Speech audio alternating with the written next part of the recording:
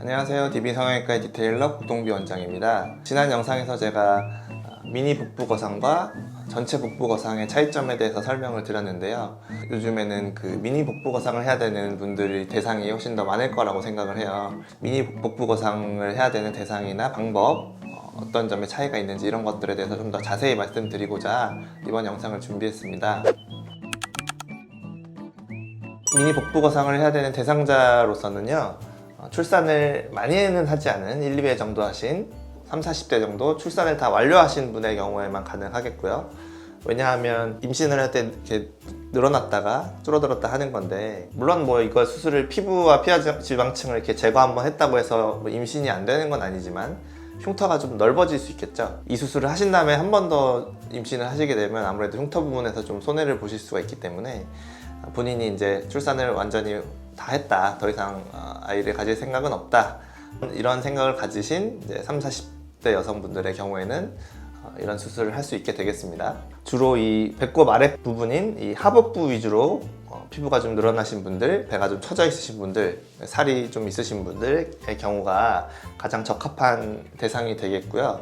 자연분만의 경우에도 이제 피부가 늘어나 있으면 이 제왕절개 흉터가 생기는 부위 정도에다가 수술을 할 수 있겠지만, 자연분만이 무서워서도 있고 이제 분만 이후에 생기는 그런 합병증을 없애기 위해서 제왕절개를 많이 하는 추세인 것 같아요. 팬티라인 밑에 이렇게 제왕절개 흉터가 남게 되는데, 뭐 저도 이제 대학병원에서 산부인과 뭐 이렇게 인턴도 하고 할 때 제왕절개 흉터를 많이 보기도 보고 실도 뽑아보고 하긴 했습니다만, 산부인과 선생님들도 당연히 이제 젊은 여성분들이고 하니까 신경 써서 꾸며시긴 하지만, 성형외과 의사로 이제 뭐 한 10년 정도 살면서 돌이켜 봤을 때 그때 산부인과 인턴 때 봤던 것과 이제 요즘에 제가 하는 어떤 봉합 수술기 이런 것들을 비교해 보자면 아무래도 다를 수밖에 없죠. 이제 사람 얼굴을 10년간 꼬매는 사람이 봤을 때와 큰 부위인 배를 꼬매는 거는 좀 개념이 다르기 때문에 흉터가 아무래도 남는 경우들이 있는데, 이 제왕절개 흉터가 있으신 분이라면 이 복부 거상의 수술의 어떤 유일한 단점이 이제 흉터라고 말을 할 수가 있겠는데, 실제로 이렇게 빨간 부위를 수술하고 꼬매게 되면 이렇게 한 줄이 될 텐데, 제왕절개 흉터와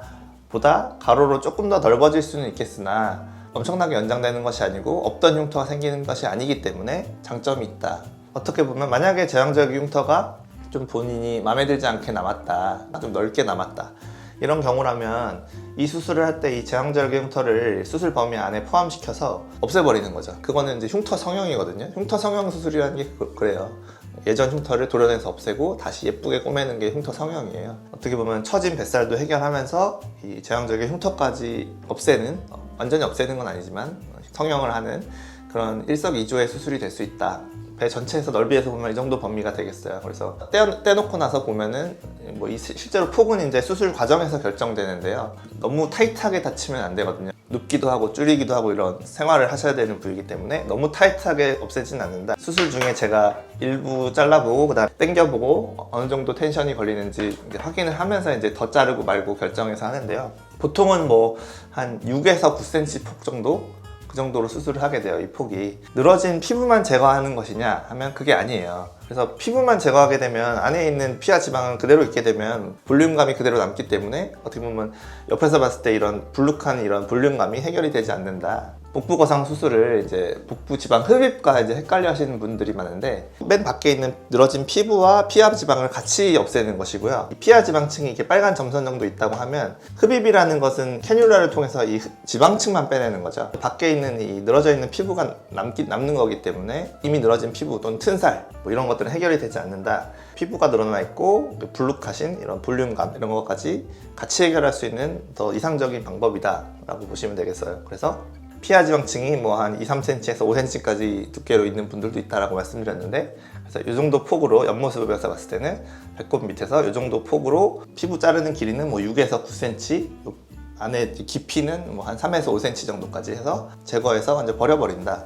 그리고 이제 이 부위를 꼬매주게 되겠죠. 이 불룩했던 피부 또는 이 불룩했던 이 볼륨감이 없어져서 배가 이렇게 스트레이트로 홀쭉해지는 효과가 나게 되는 것이고요. 이 안에 있는 지방만 흡입하는 지방 흡입과는 차원이 다른 수술이다. 그래서 이제 지방 흡입은 실제로 이제 비성형외과 전문인 의원들에서도 굉장히 많이 하잖아요. 비하하려는 건 아닌데 이제 그런 지방 흡입 수술을 사실 일반의 선생님들 또는 의원에서 많이 하는 이유는 성형외과 의사들이 그걸 귀찮아하고 안 하기 때문이라고 보통 생각을 해요. 좀 힘들기도 하고요. 굉장히 육체적인 노동이 많이 들어가는 거라서 잘 안 하는 분야이다 보니까 이제 비전문의인 선생님들이 많이 하고 있다고 생각을 하는데, 그러니까 그분들은 이런 복부 거상 수술을 잘 하지는 않으시죠. 실제로 칼로 이불을 도려내야 하고 잘 꼬매드려야만 하니까, 실제로 피부까지 잘라내는 이런 복부 거상 수술은 성형외과 전문의가 하는 경우가 많고, 복부 지방 흡입과는 효과에 있어서 비교할 수 없는 부분이 있다. 그런 부분을 아시면 되겠고요. 하복부 부위에 이제 처진 피부 또는 뭐 튼살, 그리고 이제 볼륨감, 불룩한 부분, 이런 것까지 이제 한꺼번에 다 해결할 수 있는 방법이 되겠고, 그리고 실제로 흉터는 팬티 라인 안으로 들어가기 때문에 속옷을 입었을 때는 가려진다, 보이지 않는다. 밑에 기준이 이제 제왕절개 흉터라고 하면 이거 두 개를 꼬매게 되면 결국에는 이 정도의 라인이 흉터가 남는 거거든요. 그래서 지금 만약 제왕절개 흉터가 있으시다면 그 정도 위치에 그 정도 범위 또는 좀 양옆으로 좀 더 넓게 그 정도의 흉터가 남게 된다. 흉터의 위치나 어떤 길이는 그 정도 생각하시면 되겠고, 이런 수술이 있다는 걸 아시고 뭐 필요하신 분들은 얼마든지 도전해 보시면 좋을 것 같아서 이번 영상을 준비했습니다. 지금까지 DB성형외과의 국동비 원장이었습니다. 감사합니다.